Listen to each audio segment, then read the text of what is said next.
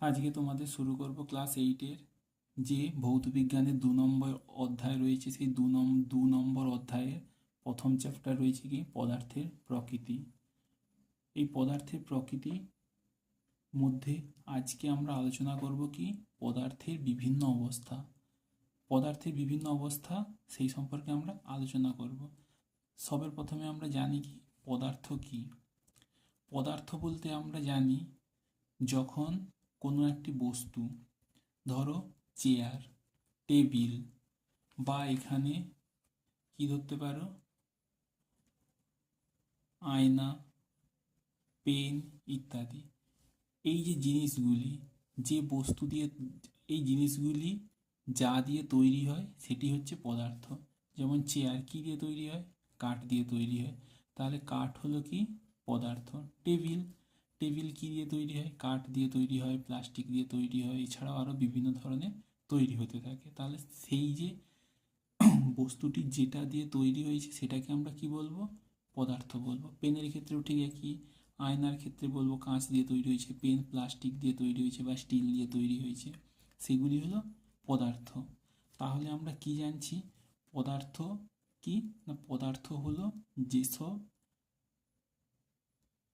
পদার্থ হলো বস্তুটি যে অংশ দিয়ে তৈরি হয়, বস্তুটি যা দিয়ে তৈরি হয় সেটি হলো পদার্থ। অর্থাৎ বস্তুটি পদার্থ দিয়েই তৈরি হয়, যে কোনো বস্তু পদার্থ দিয়ে তৈরি হয়। পদার্থের কী কী বৈশিষ্ট্য রয়ে থাকবে? পদার্থ অবশ্যই কোনো একটি স্থান দখল করে থাকবে, তার ভর থাকবে, ভর মানে ওজন থাকবে, আকারের পরিবর্তনে বাধা দেবে। ধরো এই পেনটিকে যদি আমরা একটা বস্তু বলি, কী পদার্থ দিয়ে তৈরি? প্লাস্টিক দিয়ে তৈরি। এই প্লাস্টিকটা কি করবে? আকার পরিবর্তনে, অর্থাৎ পেনটিকে আমরা যখন চাপ দেব সে কী করবে? তার পেনের আকারটি পরিবর্তনে বাধা দেবে এবং সে কী করবে? কিছুটা স্থান দখল করে থাকবে। তাহলে আমরা পেনটিকে যে রেখে দিচ্ছি, এটি কিছুটা একটা স্থান তো দখল করে আছে। তাহলে তখন আমরা এই বৈশিষ্ট্যগুলি যখন কোনো জিনিসের মধ্যে থাকবে তখন আমরা তাকে বলবো পদার্থ। এই পদার্থকে আমরা 3 ভাগে ভাগ করতে পারি। পদার্থকে 3 ভাগে ভাগ করতে পারি। 1 নম্বর হচ্ছে কি কঠিন পদার্থ, 2 নম্বর হচ্ছে কি তরল পদার্থ, 3 নম্বর হচ্ছে গ্যাসীয় পদার্থ।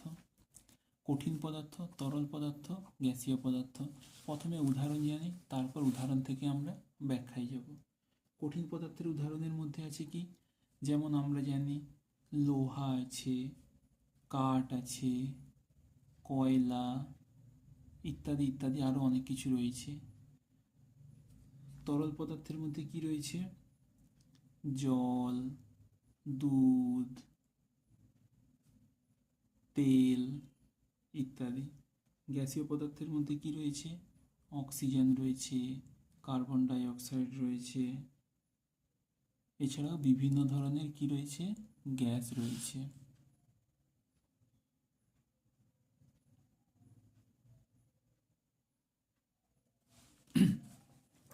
এবার দেখো কঠিন পদার্থ, কখন আমরা কোনো পদার্থকে কঠিন বলবো? তার কিছু বৈশিষ্ট্য থাকতে হবে। যেমন যে সকল পদার্থের কোনো নির্দিষ্ট আকার ও আয়তন থাকবে। প্রথম নম্বর কি থাকবে?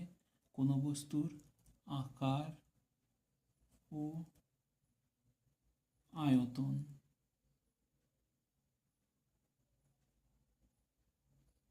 তাহলে আমরা জানি আকার মানে কি বস্তুটি দেখতে কেমন, আয়তন মানে বস্তুটির ওজন, অর্থাৎ বস্তুটি 2 কেজি কি 3 কেজি বা 100 গ্রাম তাই। এবং এই যে আকার এবং আয়তন যখন আমরা পরিবর্তন করতে যাব, বারবার বলছি পেনটার ক্ষেত্রে যখন এটার পরিবর্তন করতে যাব, অর্থাৎ পরিবর্তন করতে গিয়ে তো চাপ দিতে হবে বা আরও চাপ দিতে হবে, তাপ দিতে হবে। সেই পরিবর্তন করার সময় কি করবে? বাধা দেবে, তখন সেটি হবে কি কঠিন পদার্থ। তরল পদার্থ কি? তরল পদার্থ যে সমস্ত পদার্থের নির্দিষ্ট আয়তন আছে, অর্থাৎ ওজন আছে। তাহলে কি বলবো? প্রথমে কি বলবো? ওজন মানে তার কতটা পরিমাণ। তরল পদার্থের মধ্যে কি থাকবে? ওজন থাকবে। যখন কোনো বস্তুর ওজন থাকবে কিন্তু তার কি থাকবে? আকার থাকবে না। ওজন মানে কি বলছি? আয়তন। আয়তন থাকবে কিন্তু আকার থাকবে না, তখন তাকে আমরা বলবো তরল পদার্থ। এখানে দেখো তরল পদার্থের দুধের আমরা পরিমাপ করতে পারি, কিন্তু দুধের কোনো রকম নির্দিষ্ট আকার নেই। যে পাত্রের মধ্যে আমরা ঢেলে দেবো সেই পাত্রের আকারই ধারণ করবে। সেই জন্য বলা হয়েছে তার কোনো নির্দিষ্ট আকার নেই, তখন তাকে আমরা বলবো তরল পদার্থ। এবং গ্যাসীয় পদার্থ, এই গ্যাসীয় পদার্থ বলতে সাধারণত এদের যখন গ্যাসীয় পদার্থ বলতে আমরা জানি অক্সিজেন এবং কার্বন ডাইঅক্সাইড। এই অক্সিজেন এবং কার্বন ডাইঅক্সাইড আমরা জানি বাতাসে থাকে। এই বাতাসে থাকাকালীন আমরা কি এদের কোনো নির্দিষ্ট আকার দেখতে পাই? এদেরকে দেখতেই পাই না, আর এদের নির্দিষ্ট আকারও দেখতে পাই না। আর এদের ওই বাতাসের মধ্যে কতটা অক্সিজেন আছে সেটা আমরা আলাদা করে পরিমাপ করতেও পারি না। তাই আমরা বলবো কি গ্যাসীয় পদার্থের নির্দিষ্ট কোনো আকার এবং কোনো আয়তন নেই। এই পদার্থের যে 3 ধরনের অবস্থা রয়েছে আজকে আলোচনা করলাম। যদি আরও তোমরা ডিটেলসে জানতে চাও তাহলে আমাকে কমেন্ট করবে। পরের দিন শুরু করব তোমাদের নেক্সট টপিক, পদার্থের বিভিন্ন ভৌত অবস্থার পরিবর্তন।